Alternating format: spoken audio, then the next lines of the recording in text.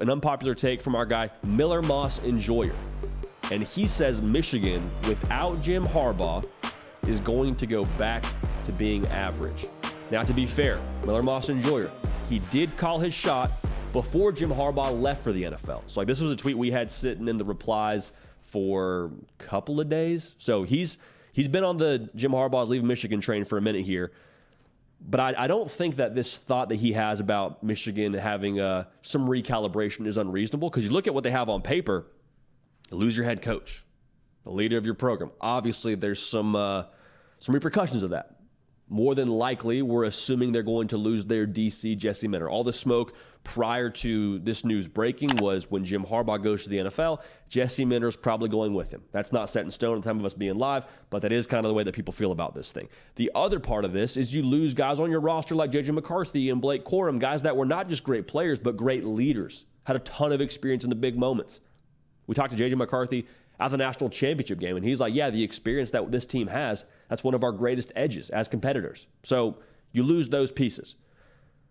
But I think that it's probably more valid to think that Michigan will have a tremendous fall back to mediocrity if they make the wrong next hire.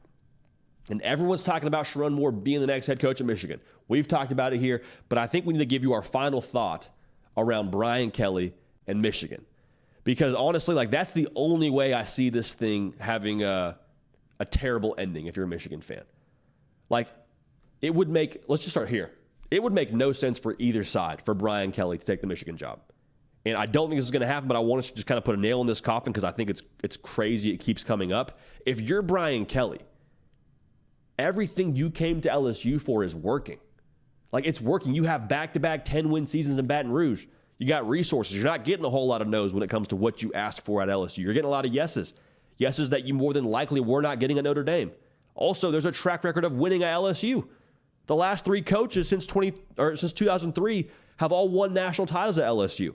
You just stay the course if you're Brian Kelly, you accomplish what you went to LSU for, which is ultimately winning a national championship. That is very much so a possibility. On top of that, it wasn't a reason why he went to LSU was the thought that, okay, Nick Saban may retire at some point in time, but I don't think it hurts things.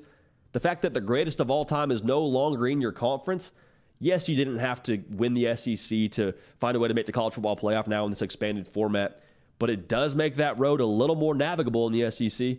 Now Georgia's still there, Texas is joining, Oklahoma is trending the right way. So we'll see what the SEC is, but I just want to make sure we say that, for Brian Kelly, it would make next to no sense to go back to the Midwest and be the Michigan Wolverines' next head coach. I don't see the reason there for Brian Kelly to do that. Now, for Michigan, this is really, I think, probably the point that I want to lean on. Why would you decimate your roster? Why would you do that? You see what happened to Alabama, what happened at Washington, what happened to Arizona when they got new coaches. Do you really want to dip your toe in their water of losing double-digit guys like Alabama did?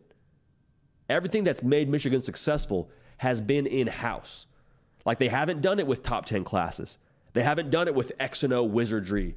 It's been the recipe at Michigan, which is develop, to evaluate, and culture.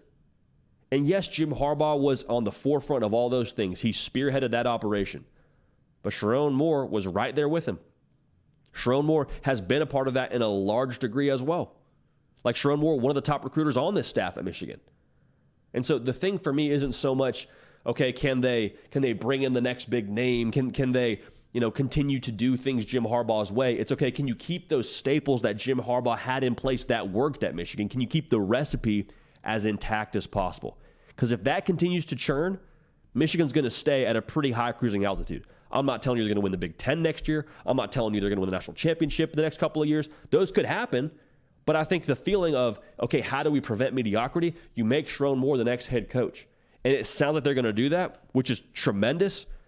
But I think that's got to be the right next step. And you probably feel that way if you're a Michigan fan.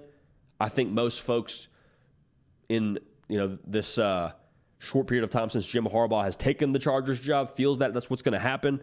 But when it comes to Sharon Moore's Michigan, let's just be clear about this. It might take some time.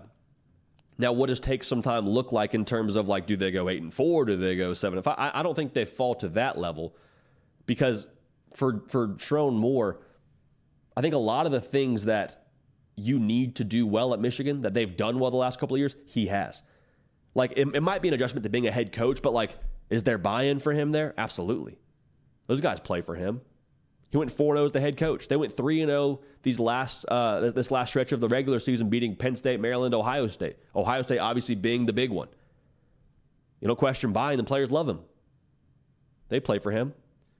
The culture, I think, stays stable with Sharon Moore running the show. The guys know him. They're familiar with him. They trust him. Can he evaluate and can he develop? To this point, he's played a large part, I believe, in both of those. If he's able to do that, you give yourself the best chance for continuity. You give yourself the best chance with him as the head coach to keep retention with your roster via the portal. So it should be Sharon Moore. Not only does it make no sense for Michigan to hire Brian Kelly, it makes no sense for Brian Kelly to go to Michigan.